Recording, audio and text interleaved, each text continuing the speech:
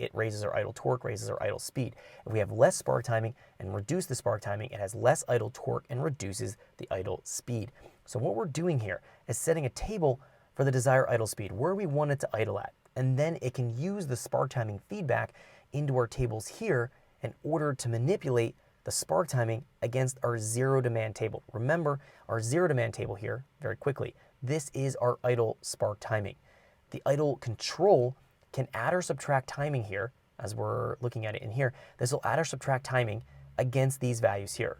Once we come off throttle, or once we get on throttle, I should say, 1% throttle and higher, it'll transition all out of the idle control. It'll transition right into the base spark timing table and it'll go away. But as we come back into idle again, it'll focus in on looking at our zero demand and then our ignition trim offset to vary the engine torque to hit the desired engine speed.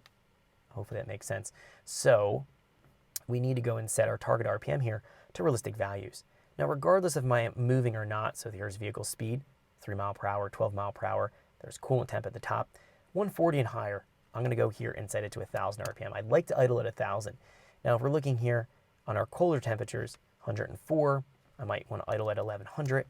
68 degrees, maybe 1,300 would be fine. And then 32 below, we'll just say 1,500. Now, we don't have any way to increase the airflow, but we can increase the timing, which is what this is going to do here. So this is going to be an idle target in our idle control, only allowing us to add more or less spark timing to hit the target. So if we're way below the target, it'll add as much timing as it's allowed to within the table. If we're way below the target, it's going to be trying to ramp up that timing. So it's if we're overshooting, it's going to be pulling it out. If we're undershooting, it's going to be adding it back in. So it's going to be what we specify, what we like to have our desired idle RPM to be at. That was one thing the Sport Box did not have. A little bit frustrating in some of the control. So we'll hopefully be able to implement the idle control routine here a bit better on the Elite. We have a post-spark timing offset. This adds an RPM target against our target RPM when we're firing off the engine. This allows the ignition timing to be added in having a temporary offset. So we see here at 10 seconds, we're at 0 RPM. At 0 seconds, it's adding 400 RPM here. So if we're on a warm start, if we're firing it off, we'll see here if we have our target RPM at 1,000, and in this table here, it's set here at 0 time when we're firing off the engine at 400. 1,400 will be our target. It'll try to add as much timing as is allowed to within our next table here, ignition correction, to reach that value. Let's go here to ignition correction. So this is where it's able to add or subtract timing. We find that we have two different axes of the table here. Idle control RPM error. If we're finding that we're below, this is going to be falling below our engine speed. So the target would be 0, negative 25 or 25 RPM below the target, negative 300 or 300 RPMs below the target. If we're looking here on the other side, 25 RPM, we're overshooting the target by 25. So if we have 1,000, we're at 1,025. That's where we'll be at in the table. 300 here, that would be at the desired idle is at 1,000. We're at 1,300. That's where we'd be at. So we're seeing here in this top row, as we're looking at this is adding and subtracting timing based on wherever our idle RPM error is at, or the difference between our actual and target RPM in idle conditions.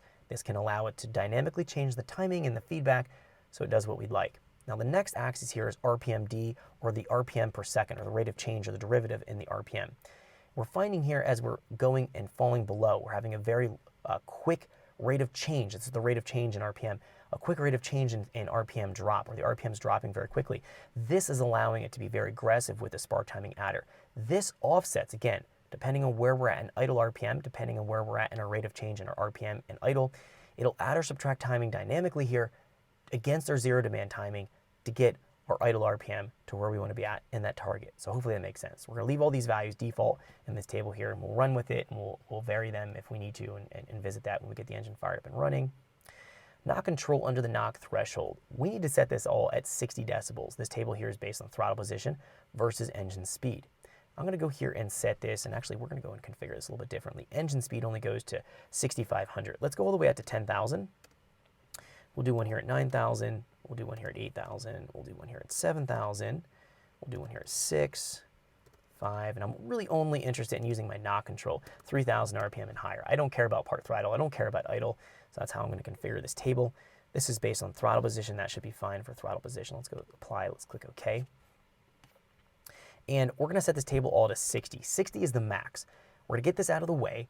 We're going to go and baseline it with low spark timing once we do full throttle pulls, and we can go in and overlay our data and take a look at what or dBs are produced from the knock sensor, and we can start to build out the table here, because at low spark timing we have no knock. We want to go in and figure out what the noise is essentially from the engine, how noisy it is in the dB production from the knock sensor, use that as our basis or a guideline, and then as we add our spark time, we can keep an eye on what's going on with the noise output.